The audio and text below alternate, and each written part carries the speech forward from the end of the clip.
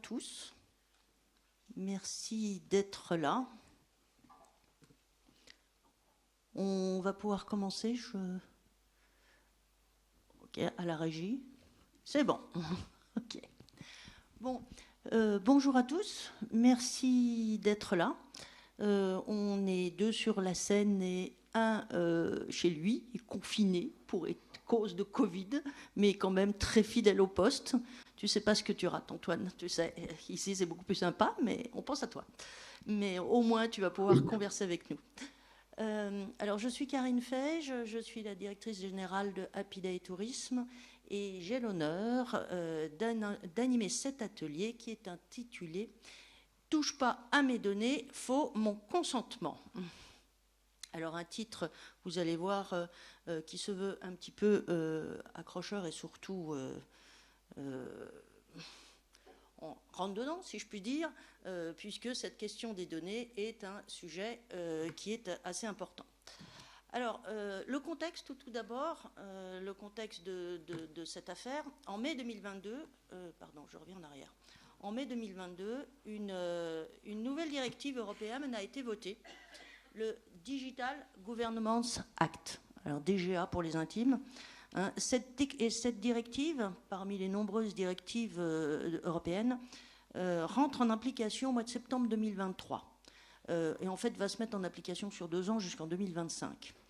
Alors cette directive va imposer à tout réutilisateur de données, donc notamment on peut dire aussi le mot des diffuseurs, d'obtenir le consentement des propriétaires de données pour les utiliser. Alors c'est un peu le prolongement du RGPD. Dans son temps, vous savez que le RGPD demande l'autorisation, d'avoir le consentement et l'autorisation des données personnelles. En fait, ce sujet du DGA prolonge ce sujet, c'est que nul ne pourra utiliser les données sans le consentement de son propriétaire. Alors, au-delà de la simple obligation et au-delà du point juridique avec lequel il va falloir faire, il faut surtout comprendre l'importance et le contexte et l'esprit dans lequel est faite cette directive. Cette directive s'inscrit dans la stratégie européenne des données. Et c'est de là dont on parle, vous allez voir, c'est fort intéressant. Et aussi, grâce à vous deux, Antoine et Laurie, vous allez mieux comprendre ce contexte. Et de façon plus pragmatique, derrière, il est également très important de préparer à ces impacts et de prendre en compte ce sujet dans le développement de nos stratégies sur la diffusion des données, en créant, et c'est tout l'enjeu d'ailleurs de la stratégie des données européennes, en créant des espaces mutualisés de données. Alors les espaces mutualisés de données, dans le monde du tourisme, on en a déjà beaucoup, c'est ce qu'on appelle publiquement ou prosaïquement nos SIT, hein, mais en fait ça va beaucoup plus loin et cet exemple dans l'agriculture, où le monde agricole est plus en avance que nous sur ce sujet des données, va être un bon exemple pour voir comment nous organiser, nous, au niveau de la filière tourisme. Alors, pour m'accompagner dans cette démarche, dans cette présentation, tout d'abord, je vous présente Antoine. Antoine, victime du Covid, donc qui est là. Antoine est en charge du programme blockchain chez Orange Service et il est président de l'Alliance Blockchain France. C'est donc un spécialiste dans l'usage de la blockchain, donc la techno, et surtout dans l'usage de cette techno au service de la gestion des contrats, puisque vous savez que la blockchain, on l'utilise dans bien des usages. Et donc là, on est sur un sujet de la blockchain aussi au service des contrats et de l'identité numérique. Merci à toi d'être là, Antoine. Et Laurie, à mes côtés, représente le côté métier, puisque Laurie est chef de produit, identité numérique et gestion du consentement chez Agdata Hub. Donc Agdata Hub, ce sont nos homologues dans le monde agricole. Donc elle accompagne la filière à mieux se structurer dans la gestion, la production et l'usage des données agricoles, comme nous on le fait, à nous structurer dans l'usage des données touristiques. Laurie, donc une spécialiste des usages et de la data dans le monde agricole. Voilà. Il y aura 3 parties dans cet atelier. Une première partie où on va vous poser le cadre. Donc ça, c'est Laurie qui va vous expliquer un petit peu justement ce sujet au niveau européen et les enjeux qu'il y a au niveau européen et la mise en place de ces espaces de données mutualisés par filière. Ensuite, il y aura une présentation d'un premier domaine d'application, parce qu'il faut, et c'est bien l'Europe, mais de temps en temps, c'est bien aussi d'être concret.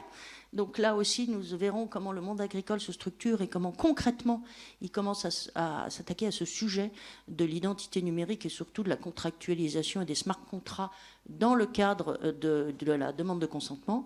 Et ensuite, je vous expliquerai assez brièvement, nous, ce qu'on est en train de tester au niveau d'Habitat dans le monde du tourisme. Et nous, on est encore un petit peu bricolou à côté de ce que vous faites, mais on les regarde avec beaucoup d'intérêt. Et je pense qu'au niveau du monde du tourisme, il faudra qu'on apprenne à avancer sur ce sujet. Donc, à ce stade, peut-être que je vais te passer la parole, Merci. Laurie. Hein, et puis, je vais te laisser. On a passé la présentation. Je te passe. Et vas-y, explique-nous tout. Très bien. Alors, je vais commencer par vous parler un petit peu du DGA, 3 lettres bien mystérieuses. Donc, pour commencer, on va replacer ça dans la stratégie à l'échelle de l'Europe en ce qui concerne les données et le numérique. L'Europe, l'Union européenne, son objectif, c'est de devenir un acteur de premier plan mondial dans notre société, qui est en grande partie basée sur les données. Pour cela, elle a mis en place ce qu'on appelle des espaces de données européens communs par filière. Donc on va avoir la filière mobilité, dans laquelle Apidae est un acteur de premier plan, la filière agriculture, où en tant que dignomologue, on travaille aussi beaucoup. Et après, on va avoir d'autres sujets qui peuvent nous toucher tout un chacun tous les jours. La santé, l'énergie, les compétences, l'industrie, etc. Il y en a 9. Et pour mener cette stratégie à bien, l'Europe a mis en place une série de textes législatifs, avec des acronymes à chaque fois. Donc on commence avec le DMA, le Data Market Act, qui a pour objectif principal de lutter contre les abus de position dominante des acteurs, des monstres du web et du numérique. Ensuite, le DSA, le Data Service Act, qui a pour objectif d'appliquer le principe de ce qui est illégal hors ligne doit être illégal en ligne. Donc, notamment de réguler les contenus haineux ou les fake news en ligne.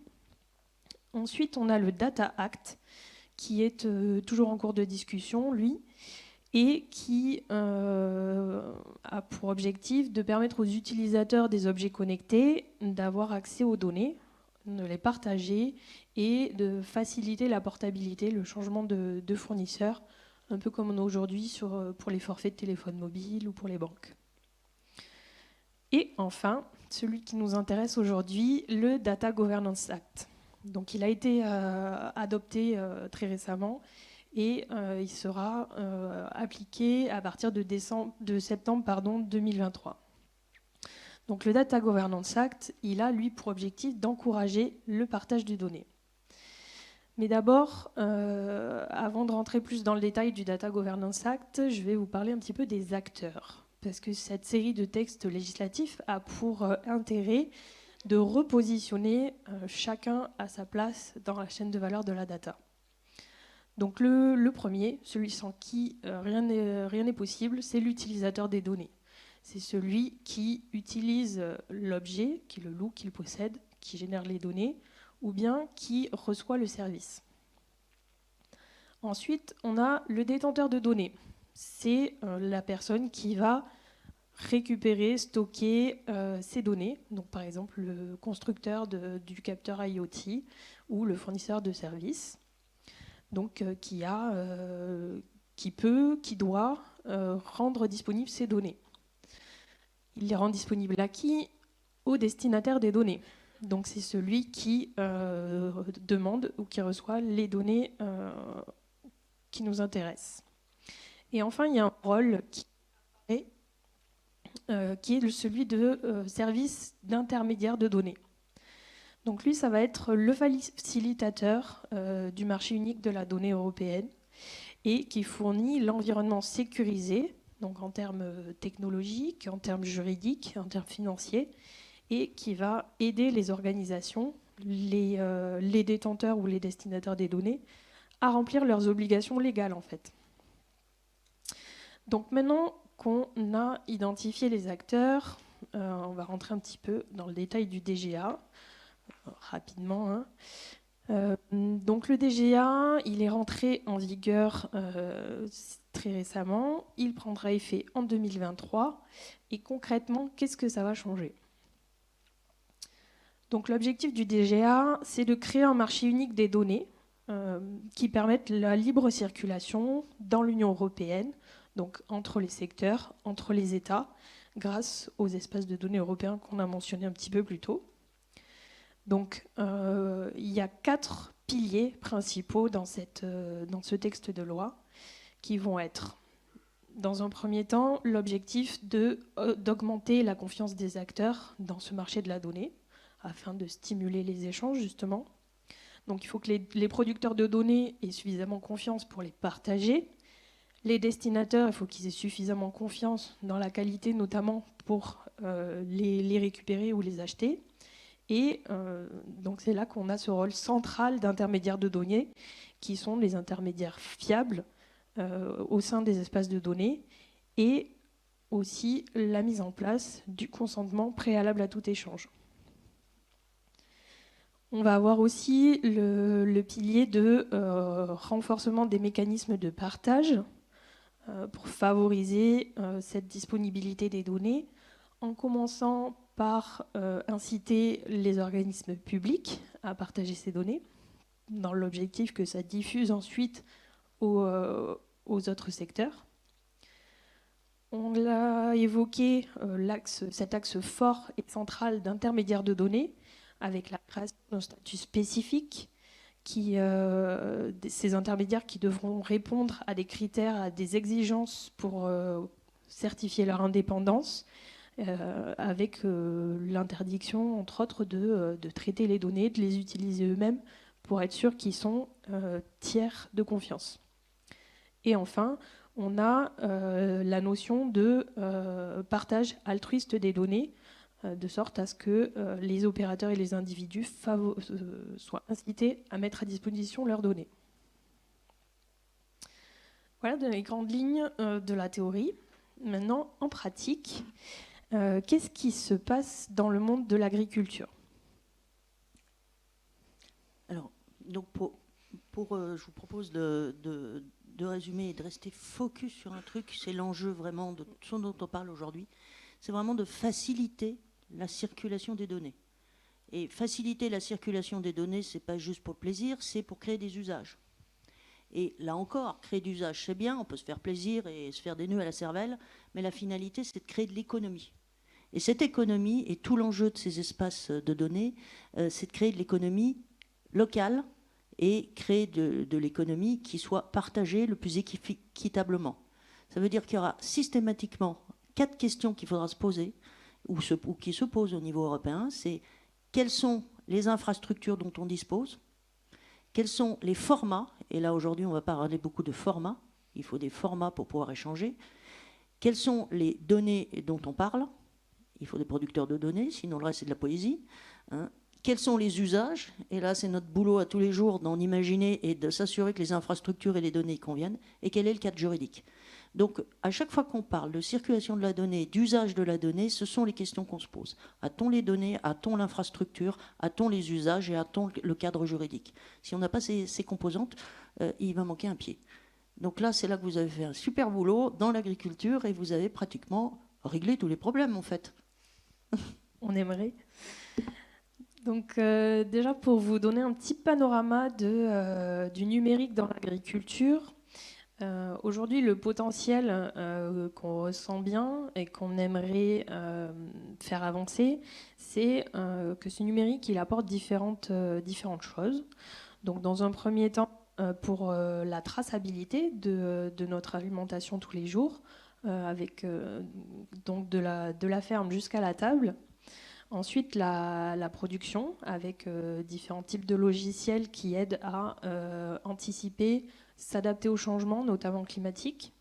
La gestion, une exploitation agricole, c'est une entreprise qui travaille avec le vivant, des systèmes très complexes, Et l'apport du numérique et de l'IA aussi permettent d'avoir une meilleure visibilité sur tout ça, de mieux comprendre. Et ensuite, de mieux vivre aussi. On a affaire à des métiers durs et le numérique peut aider à simplifier les tâches, à collaborer. Au niveau de la matière de la donnée, de la matière première, aujourd'hui, on a affaire à un secteur, l'agriculture et les industries agroalimentaires, qui représentent quasiment 1,2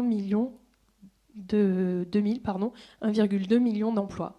Donc toutes ces personnes génèrent des données quotidiennement, que ce soit l'agriculteur, le transformateur, le distributeur, de nos données alimentaires au quotidien. Donc, maintenant qu'on a fait ce petit panorama, la société AgDataHub que je représente, qu'est-ce qu'elle fait ? Donc, la société AgDataHub a été fondée par et pour le monde agricole. Donc, on a aussi bien des institutionnels, des entreprises du numérique, des entreprises de la production alimentaire, de la transformation, etc., qui se sont regroupés pour créer, fonder et mettre sur pied cette entreprise. Donc AgDataHub propose aujourd'hui 2 outils pour aider à la maîtrise de cet usage des données agricoles. Donc le premier, c'est AgriTrust, qui va permettre de sécuriser le consentement de l'utilisateur, et API Agro, qui sécurise, lui, l'échange de données en tant que tel. Et les deux sont interopérables, complémentaires. Donc maintenant, je vais vous donner un exemple du fonctionnement de ces 2 produits ensemble, de ces 2 outils numériques. Donc, dans un premier temps, on va avoir la plateforme API Agro qui rassemble des émetteurs de données, donc à gauche sur mon schéma, qui vont faire des offres de données, proposer ce qu'ils ont récupéré d'un objet connecté ou d'un logiciel de traçabilité. Et à droite, on va avoir les acquéreurs qui vont en avoir besoin, soit pour faire tourner un modèle de prévision, soit pour établir des Nutri-Score, par exemple. On va avoir besoin de récupérer des données. Donc, cette plateforme API Agro, elle a en complément AgriTrust. Donc à gauche du schéma, vous voyez que l'histoire commence par un agriculteur qui utilise au quotidien des boucles connectées pour ses vaches ou un logiciel de traçabilité. Et il va donner son consentement pour les données qui ont été saisies par tel ou tel acteur. Donc ici, il est d'accord pour que l'acteur E et C, pour anonymiser un peu ça, échangent les données, mais pas F et H. Donc pour donner ce consentement, l'agriculteur, il a besoin de minimum 6 informations. Il doit savoir qui est le bénéficiaire des données, vers qui elles vont aller, qui est l'émetteur, quelles sont les dates de début et de fin, et quelles sont les données qui sont échangées, la famille de données, et quel va être surtout l'usage. Donc une fois qu'il a renseigné ça, l'agriculteur, côté API Agro, qu'est-ce qui se passe ? On a nos 2 acteurs C et E qui rentrent en contact. La coopérative C qui met à disposition les données de traçabilité des céréales, par exemple, qui sont soumises à la vérification du consentement chez qui les céréales ont été récoltées. Ensuite, on a l'acteur E en face qui, lui, est intéressé par ces fameuses données pour, par exemple, garantir le critère bio de la baguette. Donc API Agro, par qui transfère la demande d'échange, va aller vérifier auprès de AgriTrust si le consentement est présent ou pas. Donc le consentement étant présent, la donnée peut passer pour cet agriculteur. Et ce parcours va être vérifié pour chaque agriculteur, pour chaque famille de données, et quel que soit pour chacun des acteurs émetteurs ou bénéficiaires. Donc voilà un petit peu la notion de consentement et le lien et l'échange de données. Maintenant, on va rentrer un petit peu dans le détail du consentement, puisque une notion qui est très importante, c'est qu'on a besoin de s'assurer que celui qui donne le consentement est bien habilité à le faire. On a à peu près 400 000 agriculteurs, donc il faut s'assurer que chacun s'exprime au nom de son exploitation dont il est responsable en tant que chef d'entreprise. Et donc pour ça, on a travaillé avec Orange Business Services et IN Group pour mettre en place une identité numérique qui permette de s'assurer de la fiabilité de notre consentement. Et c'est là que je vais passer la main à Antoine qui va nous présenter ça. Merci Laurie. Donc j'aurais été ravi d'être avec vous aujourd'hui, mais le Covid n'a pas voulu autrement, donc si j'ai un chat dans la gorge, vous me pardonnerez d'avance. Du coup, je ne sais pas si on peut avancer sur les slides. Je te dis quand avancer, Karine, c'est ça? Donc, en effet, comme l'a dit Laurie, le consentement, il était important de pouvoir le rattacher à l'identité, et non plus d'une personne physique, mais l'identité d'une personne morale, pour respecter le Future Data Governance Act. Et pour faire ça, on a décidé de développer une identité sur blockchain. Alors pour démystifier un peu les choses très rapidement, quand on parle de blockchain, on confond souvent blockchain et crypto-monnaie, qui sont complexes, qui sont des instruments financiers. Mais quand on parle d'un réseau blockchain, en fait, c'est un réseau d'échange de preuves. Donc, on peut échanger des preuves de transactions financières, évidemment, mais on peut échanger tout type de preuves, dont des preuves d'identité, qui permettent par la suite de venir sécuriser des transactions. Et c'est ça qu'on fait dans le cadre du réseau qu'on a déployé pour AgData Hub. C'est un réseau d'identité qui va pouvoir identifier les différentes personnes morales qui interagissent, qui par la suite vont pouvoir faire des transactions de consentement. Et eux-mêmes seront sécurisés sur la blockchain, donc pourront apporter un très haut niveau de confiance. Et qu'est-ce qu'une identité sur blockchain? Ça va être capable de reproduire ce qu'on a tous dans notre poche aujourd'hui, c'est-à-dire d'un portefeuille, avec non pas une identité, mais des attributs d'identité. Donc on peut avancer, Karine. Et qu'est-ce qu'un attribut d'identité? Mon nom est un attribut d'identité, mon prénom, ma date de naissance, mon numéro de permis de conduire, mon numéro de sécurité sociale, mon numéro de mutuelle, etc. Et la force du système vient qu'on va être capable dans ce wallet, de télécharger un très grand nombre d'attributs qui vont être adaptés à la vie de chaque personne. Et si on arrête aujourd'hui 2 personnes dans la rue, elles n'auront pas le même contenu dans leur portefeuille. Et là, ça sera la même chose avec l'identité sur blockchain. Et ce qu'on a fait pour le monde de l'entreprise, c'est qu'il faut imaginer si l'entreprise avait un portefeuille avec ses données d'identité à l'intérieur, qu'est-ce que ça serait? Donc évidemment, il y a le SIRET, il y a les informations bancaires, il y a éventuellement des certificats ISO, pour le monde de l'agriculture, on a des certificats sanitaires, des choses comme ça. Donc, ça va être un peu toutes les informations d'identité de l'entreprise qu'on va être capable de mettre dans un wallet et qui vont servir à sécuriser des futures transactions. On peut avancer. Donc, qu'est-ce que ça change par rapport au monde qu'on connaît aujourd'hui?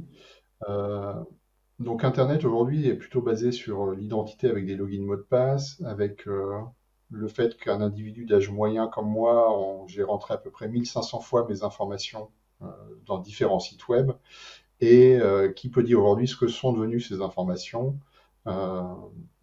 Globalement, il y en a déjà une partie en vente sur le dark web, sur le darknet, pardon, et on ne sait plus du tout où elles sont passées ni ce qu'elles sont devenues. On a perdu complètement la maîtrise. On est aussi dans un monde où il y a du coup des fédérateurs d'identité qui se sont mis en place. Donc là, on pense à se connecter avec Google, se connecter avec Twitter, mais donc elles sont sécurisées, mais quand je dis à quel prix, ça veut dire que vu que c'est gratuit, on imagine bien que Google et Twitter font des choses avec nos données par derrière, et très peu de gens lisent l'intégralité des conditions générales d'utilisation. Du coup, on a, pour l'individu lambda, très peu de personnes sont conscientes de comment sont utilisées les données, est-ce qu'elles sont vendues et à qui. Et du coup, l'identité sur blockchain ou self-sovereign identity qu'on développe a été conçue pour répondre à ces deux problématiques. C'est les données sont dans le wallet de l'utilisateur. Donc, elles ne sont pas fournies à un tiers. C'est l'utilisateur qui choisit quelles données il va mettre dans son portefeuille d'identité. Et surtout, c'est lui qui va donner son consentement systématique à l'utilisation de ces données. Et en plus, il aura l'historique des sites, des services à qui il a fourni ces données. Et il pourra à tout moment reconsulter cet historique pour éventuellement faire jouer son droit à l'oubli GDPR en disant finalement ça m'intéresse plus de travailler avec vous, donc merci d'oublier mes données. Donc ce qu'on a développé pour le monde agricole, c'est ça, c'est un moyen qui va permettre à chaque exploitant agricole de reprendre le contrôle sur la gouvernance de ces données, notamment de ces données d'identité agricole, puis par la suite des consentements. Donc, dans le cadre d'une identité professionnelle, évidemment, c'est un peu plus complexe que le cas d'une identité d'une personne physique. Et on a en fait deux types d'identité. Donc, celui des ayants droit, qui correspond à des personnes physiques, et celui des personnes morales. Avec une particularité, c'est que la personne morale, en général, elle est la propriété d'une ou plusieurs personnes physiques. Et il va falloir gérer la gouvernance de cette entreprise. Et pour que tout ça, ça devienne un peu plus concret, ce que je vous propose, c'est de faire une démonstration du produit tel qu'il fonctionne aujourd'hui sur le monde agricole, afin de rendre les choses un peu plus palpables. Donc, je vais passer sur mon partage d'écran. Hop. Et ce que vous voyez à l'écran, donc à gauche, j'ai un site du domaine agricole. Donc là, c'est notre site de démonstration AgriConsent. Et à droite, j'ai mon téléphone mobile. Donc ce qui se passe aujourd'hui pour un agriculteur qui arriverait sur un site, c'est qu'on va lui proposer de se connecter avec l'identité, non pas avec un login mot de passe, mais avec l'identité de son exploitation agricole. C'est-à-dire qu'on ne va pas authentifier une personne, on va identifier une exploitation agricole. Pour ça, on va lui proposer de télécharger un wallet d'identité qu'il va pouvoir installer sur son téléphone mobile. On va utiliser France Connect pour l'identifier en tant qu'exploitant agricole et une base de données du ministère de l'Agriculture, qui est le R2A, donc le registre des actifs agricoles, dans lequel il y a l'ensemble des exploitations agricoles pour créer l'identité de la personne morale. Donc là, ce que j'ai fait, c'est que vous voyez sur mon téléphone, je suis allé sur le store, j'ai installé l'application et je vais pouvoir lancer la création de mon identité agricole. Donc, on explique à l'exploitant agricole qu'il va pouvoir sécuriser ses transferts de données grâce à l'application et donc il accepte les conditions générales d'utilisation. Donc, l'application, il faut vraiment l'avoir comme un coffre-fort numérique qui va contenir les données d'identité de l'exploitant et de son exploitation. Donc, on le sécurise avec un code PIN. Je peux aussi activer la biométrie. Et voilà, mon application est sécurisée.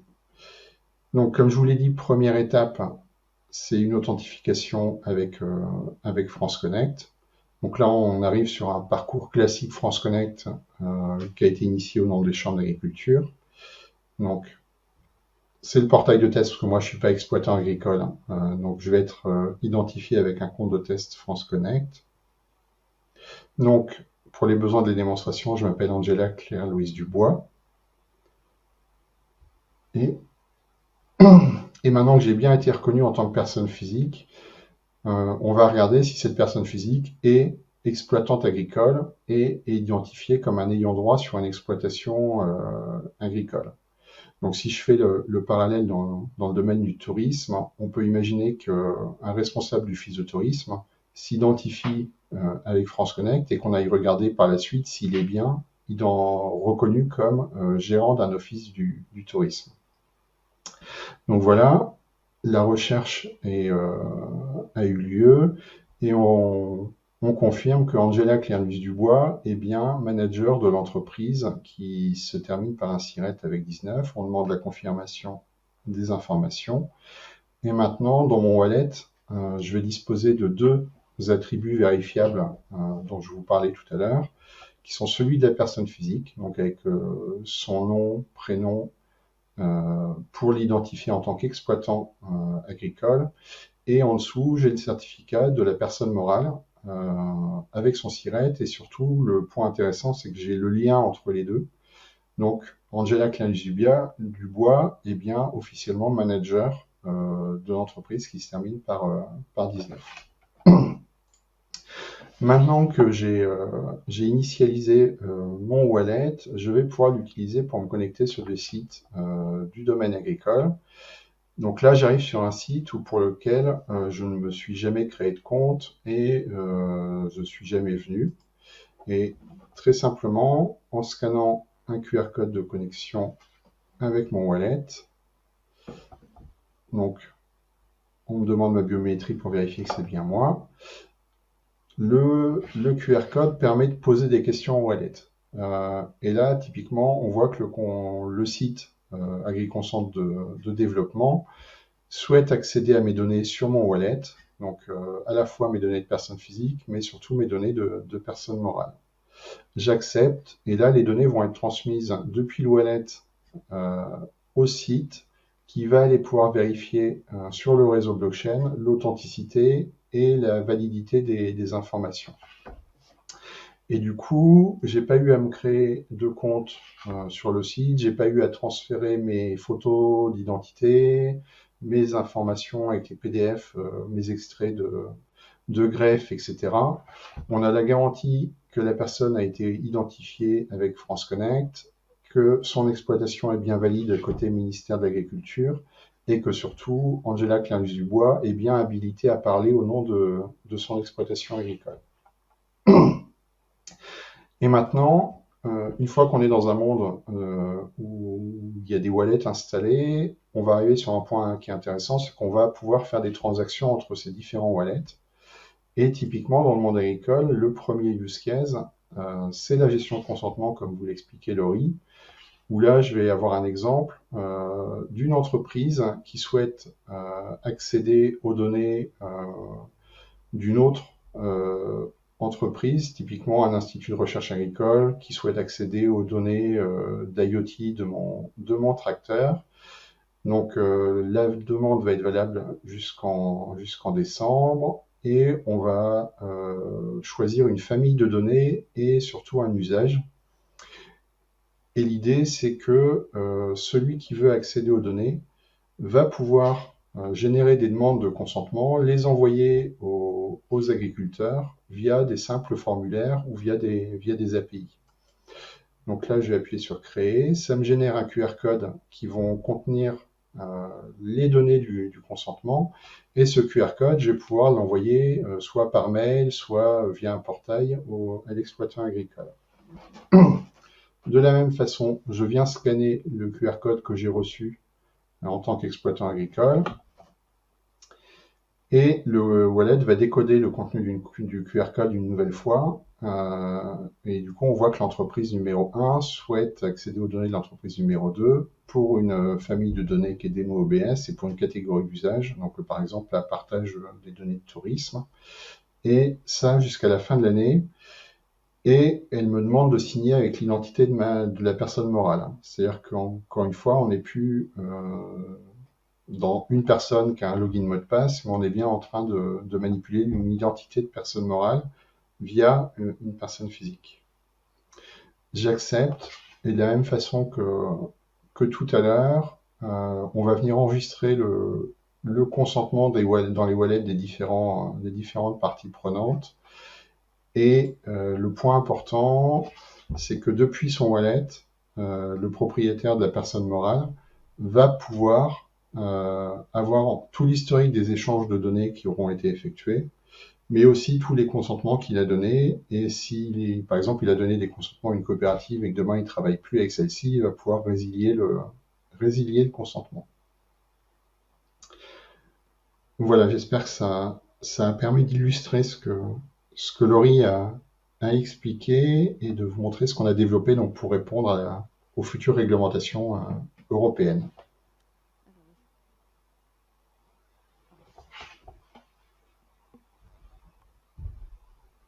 cas, merci Antoine.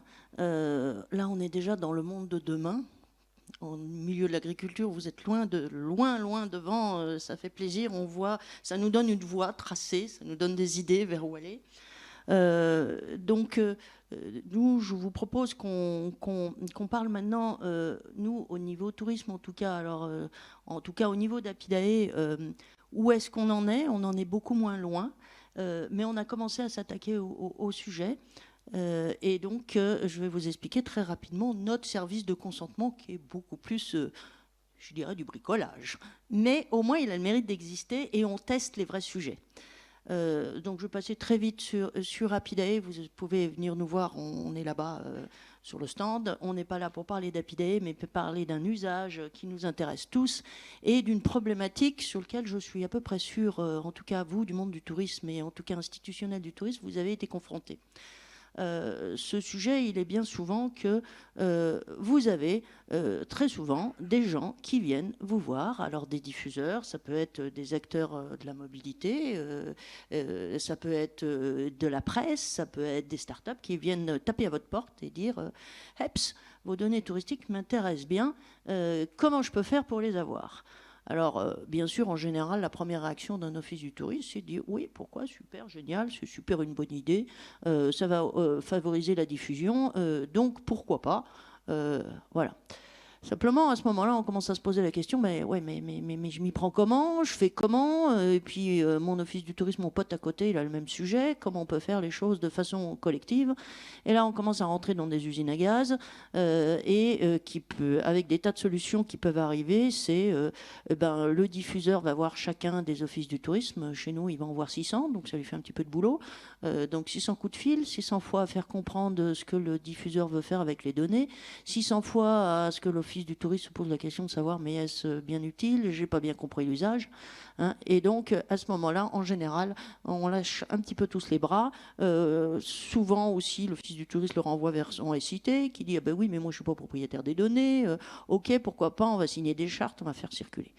Donc nous, pour répondre à ce sujet, on a commencé à se dire on va essayer de mettre en place un service qui soit facile pour faire la demande de consentement, qui soit rapide, parce que le cœur du boulot d'un office du tourisme, ça reste de renseigner les touristes quand même, hein, et de leur faire aller faire des belles activités, des belles expériences sur le territoire, et qui est un petit peu une dimension contractuelle, c'est-à-dire qui permettent de répondre moi je veux bien donner mes données, mais pour en faire quoi? Et puis d'ailleurs les donner peut-être pas, peut-être les vendre ou peut-être autre chose.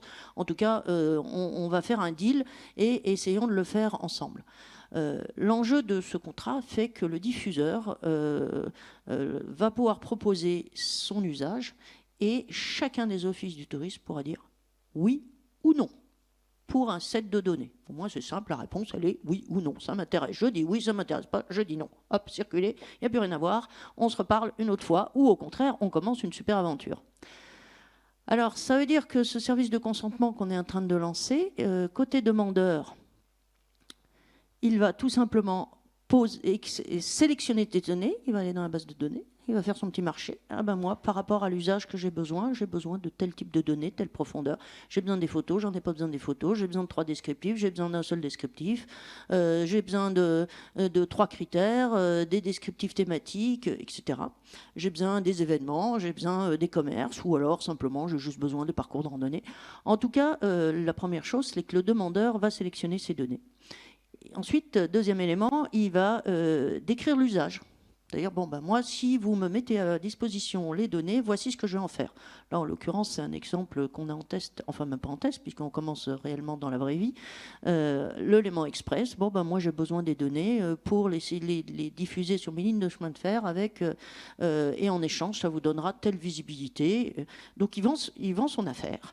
Derrière, il valide sa demande, et au moment où le diffuseur, le demandeur valide sa demande, ça envoie un mail et aussi une alerte à tous les propriétaires de données qui ont été concernés par la liste des données qui ont été demandées. Donc, il ne se pose pas la question de savoir s'il doit parler à Pierre-Paul Jacques. D'un coup, la demande part pour tout le monde. Et du coup, il suit ensuite l'avancée des consentements dans son tableau de bord. Ah ben, j'ai demandé des consentements pour 2500 données situées dans 10 offices du tourisme. Il y en a déjà 5 qui ont dit OK. Il y en a 10 qui ont dit non. Ou alors là, il y a un truc. C'est que soit j'ai demandé un truc impossible, soit que j'ai demandé un truc qui n'intéresse pas. Donc, on va essayer d'améliorer et de se reparler, essayer de comprendre pourquoi ça n'a pas matché. Alors, côté propriétaire de données, qu'est-ce qui se passe? Ben, lui, c'est pareil, il va recevoir une demande sur laquelle est expliqué l'usage. Alors là, ah ouais, c'est génial, ça m'intéresse. Ouh là là, ou c'est compliqué. Voilà. Il consulte quand même les contenus pour savoir s'il a réellement le droit de diffuser toutes ces données, notamment si c'est en phase avec ce qu'il a promis à ses pros et ce qu'il a promis à ses photographes notamment. Et s'il est OK et qu'il pense que c'est intéressant de le faire, il va donner son consentement. Et c'est-à-dire, très simplement, il va dire « oui, je m'abonne à ce flux ». Et il suit sur son tableau de bord tous les flux auxquels il a donné son consentement. Donc, si on représente ça de façon logique, nous, dans le monde du tourisme, la situation que vous avez, on est beaucoup moins avancé, puisqu'on voit plusieurs choses. D'abord, nous, à ce stade, on est uniquement sur cette partie du consentement oui, pardon, ça sera mieux là. Sur cette partie du consentement qui est de gérer la demande, le contrat. On ne gère pas les identités aujourd'hui. On ne sait pas si Joséphine elle a le droit de donner son consentement ou pas. Donc on a une petite marge là. Dans le consentement, on traite bien les sujets, quel va être l'usage, quelle va être la durée, etc. Et ça, office de contrat. Mais malgré tout, ce n'est pas du smart contract. Hein. Et surtout, nous, vous savez tous qu'une donnée touristique, ça comprend plusieurs attributs, c'est-à-dire des descriptifs, mais aussi des images. Donc ça veut dire que soit on donne son consentement au office du tourisme pour le set de données qui est demandé, avec tout ce qu'il y a dedans, mais on ne peut pas dire oui, je donne les randonnées, mais je ne donne pas les images qui vont avec. C'est soit j'accepte, soit j'accepte pas. Et d'ailleurs, dans ce cas-là, peut-être qu'il faudra refaire une demande de consentement. OK, je veux la randonnée, mais sans les images. Donc à ce jour, on en est là. Et donc, dès à présent, vous voyez tout de suite qu'on touche à un autre sujet, c'est justement le chaîne de valeur. C'est-à-dire que la suite, c'est de pouvoir obtenir le consentement pour des usages qui vont être faits là, qu'on ne peut pas imaginer à l'avance. Donc, l'Office du tourisme, on va voir si on peut développer un service de consentement pour que l'Office du tourisme cerne mieux les usages. Et que dans ce cas-là, quand il est demandé l'ensemble des parcours de randonnée avec les photos, s'il n'y a pas l'usage de la photo, l'Office du tourisme pourra dire oui, j'accepte, mais il sera sécurisé sur le fait que les photos sur lesquelles il n'a pas les autorisations ne passeront pas. Donc, c'est plus bas dans la chaîne de valeur. Et puis, on peut imaginer aussi que les données de l'Office du tourisme, après tout, c'est les données des pros. Donc, peut-être qu'eux aussi, il sera nécessaire de leur donner leur consentement dans les usages et la diffusion. Donc, la deuxième étape sur laquelle il va falloir qu'on réfléchisse, c'est cette partie-là. Et bien sûr, liée à l'identité numérique. Puis, la troisième étape, là, je ne vous ai pas parlé d'économie, au sens où... si l'Emanis dit moi, je voudrais bien ce set de données, mais pour autant, en retour, je suis prêt à vous les acheter. Alors, je vous promets, c'est pas la majorité du genre. Hein. Donc, c'est plutôt, j'aimerais bien vos sets de données et ça va être super chouette. Et puis, soyez sympa. Ce qui peut s'entendre. Et puis d'ailleurs, c'est dans la stratégie des offices du tourisme aussi de diffuser pour faire connaître leur territoire. Donc, ils peuvent accepter ou pas. Mais demain, le sujet sur lequel il faudra aller, qui est la troisième étape. Hein. La première étape, c'est du consentement simple. La deuxième étape, c'est du consentement avec l'identité et du smart contract. La troisième étape, c'est allons-nous aller jusqu'à, par exemple, la mise en place d'un service de data marketplace, c'est-à-dire que là, on gère des flux de données, mais on ne gère pas de flux d'argent. Donc demain, l'enjeu, c'est comment allons-nous gérer les flux d'argent? Faut-il encore qu'il y ait de l'argent à gérer? Parce qu'au jour d'aujourd'hui, et on sait bien notamment par rapport à l'open data, le sujet de la vente de données qui n'est pas gagné, alors que vous, au niveau de l'agriculture, vous avez des données qui ont beaucoup plus de valeur quelque part que celles que nous avons dans le domaine du tourisme, en tout cas dans les données basiques, parce qu'il y a certaines données qui ont beaucoup de valeur dans le tourisme. Voici un petit peu ce qu'on a essayé de vous expliquer, de vous donner d'abord une vision sur ce qui est en train de se passer au niveau européen, comment ça se traduit dans d'autres filières que sont la filière du tourisme, de l'agriculture, mais il y a d'autres domaines, c'est toutes ces filières au niveau de l'Europe et de ces avances par filière. Nous travaillons aussi en rapport et en relation avec EONAX, qui est la filière tourisme et mobilité, qui sont portées par les acteurs de la mobilité, Air France, SNCF, ADP, les voitures Renault, etc. Donc nous sommes associés avec eux pour réfléchir sur ces sujets. Donc ça, c'est une deuxième filière assez avancée au niveau français. Il y en a des troisièmes aussi sur l'éducation. Donc ces filières au niveau européen, national se déclinent. Et puis l'enjeu, c'est maintenant au niveau local que ça continue à se décliner, parce que ne perdons pas de vue l'essentiel. L'essentiel, c'est de créer de l'économie au niveau local, avec les acteurs locaux et avec un partage équitable. Voilà un petit peu où nous en sommes. Je vous propose de vous donner la parole. Sans doute, vous avez des questions à poser. Moi, j'en aurai une tout à l'heure que je vais garder, parce que je suis sûre qu'il y a quelqu'un dans la salle qui va la poser, mais si personne ne la pose, je la poserai. Pour vous trois, hein, vous deux plus exactement, puis peut-être que vous avez des questions posées à moi aussi, je ne sais pas. En tout cas, on a un micro dans la salle. Il est important que vous ayez le micro pour que votre question soit enregistrée et qu'elle soit ensuite repassée dans le monde entier. Ah, en voilà une. Ah ben c'est Philippe, non? C'est Philippe Persson.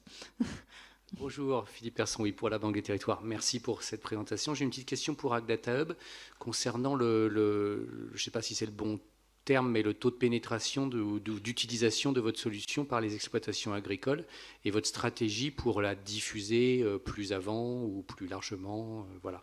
Donc une double question sur ce taux d'utilisation de la solution. L'adoption du service. Voilà, c'est ça. Ça, c'est un vrai sujet. Bonne formulation, merci. Aujourd'hui, on en est aux prémices du produit. Donc aujourd'hui, on en est aux premiers utilisateurs en pilote avec un des logiciels les plus utilisés par les agriculteurs qui s'appelle Mes Parcelles et qui permet de saisir toutes les interventions qui sont faites au quotidien par l'agriculteur. Donc on va commencer, donc je reviens à la stratégie, on va travailler en partenariat avec les éditeurs, les coopératives, les institutionnels, que sont les chambres d'agriculture, pour transférer cette culture, en quelque sorte, c'est de l'acculturation qu'on fait, et accompagner aussi, identifier les besoins qu'on va rencontrer, les nouveaux besoins qu'on va détecter au fur et à mesure de ces pilotes, et pour améliorer de façon continue le produit, les usages et puis les bienfaits pour tous les acteurs de la chaîne. Merci, c'est effectivement du sujet clé sur lequel nous on se pose aussi des questions. C'est que tout ça ne tient que s'il y a une adoption des services de part et d'autre, et notamment en ce qui concerne le monde du tourisme. Est-ce que les offices du tourisme vont rentrer dans le jeu, accepter de donner leur consentement, et pourquoi ils le feraient ou pourquoi ils ne le feraient pas d'ailleurs, parce que... Est-ce qu'il y a une autre question? Ah, de l'autre côté.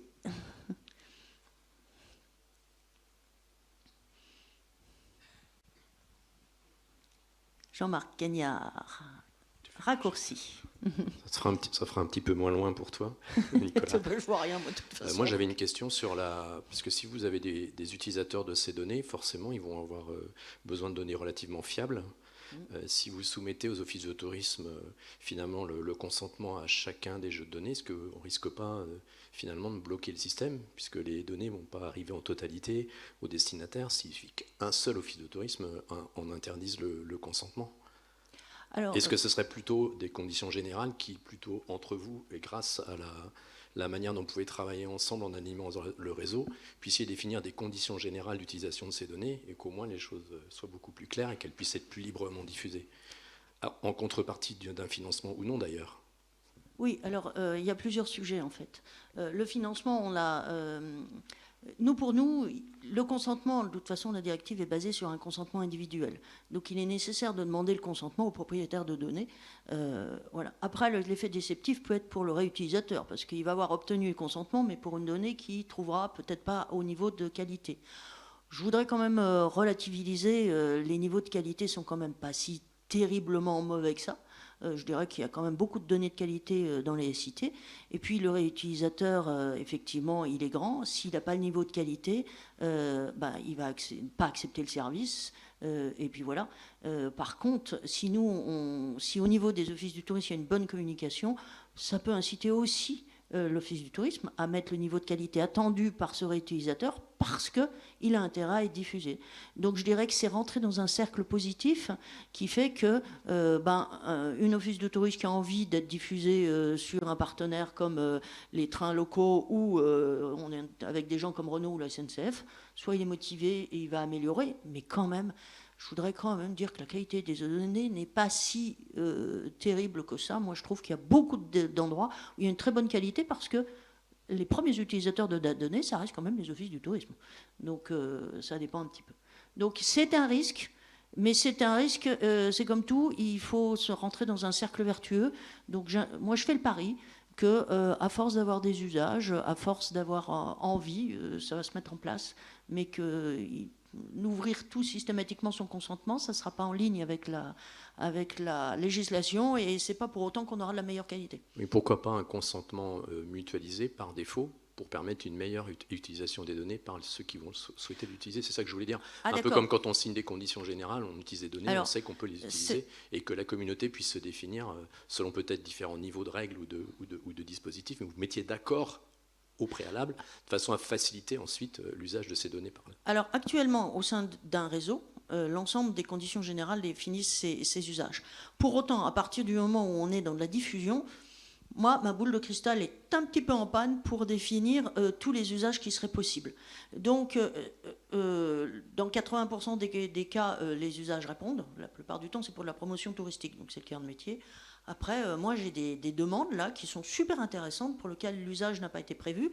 Modifier les conditions générales, ça demande 50 pages les conditions générales chez nous. Donc, par contre, demander au coup par coup, ça peut permettre de le faire. Après, on pourra peut-être, si on voit que 80% des demandes sont du même type, on pourra les introduire dans les conditions générales. Mais de toute façon, c'est difficile de tout prévoir. C'est un petit peu ce que me disait mon avocat il y a 2 jours quand je lui posais un peu la même question. Donc, je crois qu'il y a eu une main levée. Non, c'était un grattage de tête. Donc, moi, j'avais une question.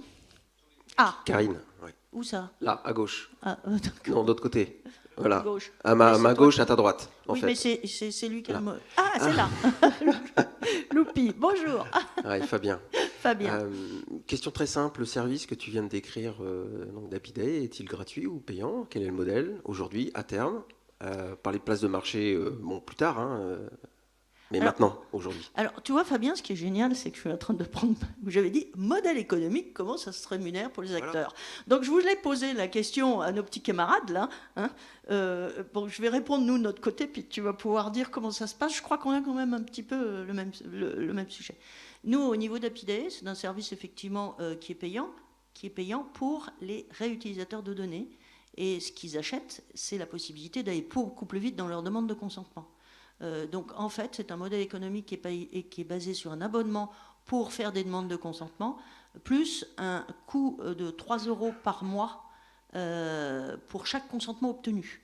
Donc il faut qu'il y ait du consentement, sinon ça ne fonctionne pas, puisque dans ce cas-là, le réutilisateur n'est pas content, il n'a rien dans son panier.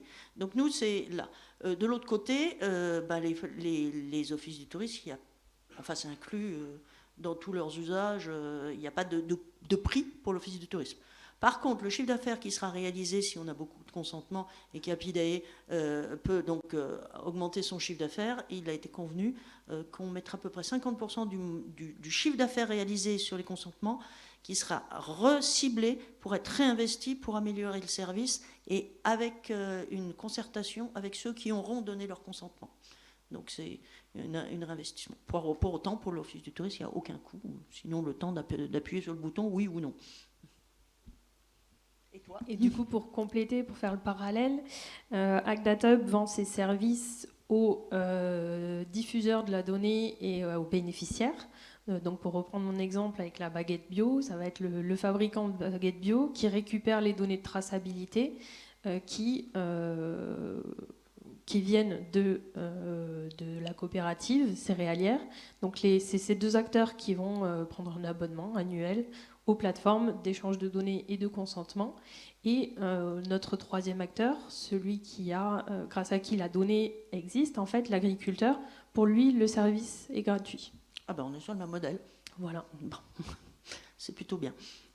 Donc, ce qui prouve que quand même, ce qui tend à le vrai apport, il est quand même pour le réutilisateur de données. Et l'important, il est que le producteur de données s'y retrouve d'une façon ou d'une autre. Il se retrouve par un nouveau circuit de diffusion et par une meilleure visibilité et par une meilleure maîtrise de la diffusion de ces données. Et toute l'automatisation des étapes, plutôt que d'aller voir chaque agriculteur, de lui demander de signer un papier, d'archiver ce papier, de vérifier le papier à chaque fois qu'il y a une donnée qui transite, tout est automatisé et la chaîne s'exécute toute seule, entre guillemets. Alors il y a un deuxième sujet sur lequel on a pu réfléchir, c'est la question de l'open data. Alors, dans la directive européenne, je vais y arriver, il faut pas. L'un des enjeux, c'est justement de favoriser la circulation des données, et donc sur ce sujet-là, l'open data y contribue.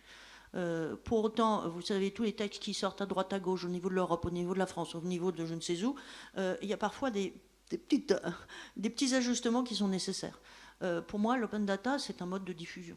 Donc à partir du moment où on donne l'autorisation pour diffuser la donnée en open data, c'est un consentement à de la diffusion en open data, et les usages, les éléments du contrat, ils sont clairs. Il y aura toujours une date, logiquement, et puis comme parmi les usages, il est convenu qu'on ne sait pas quels seront les usages. Donc en fait, c'est un mode de diffusion comme un autre, avec un mode de contrat comme un autre.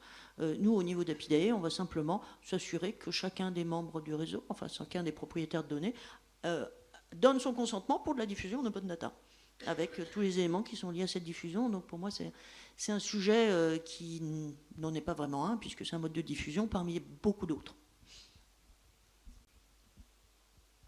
Il reste 2 minutes. Une question.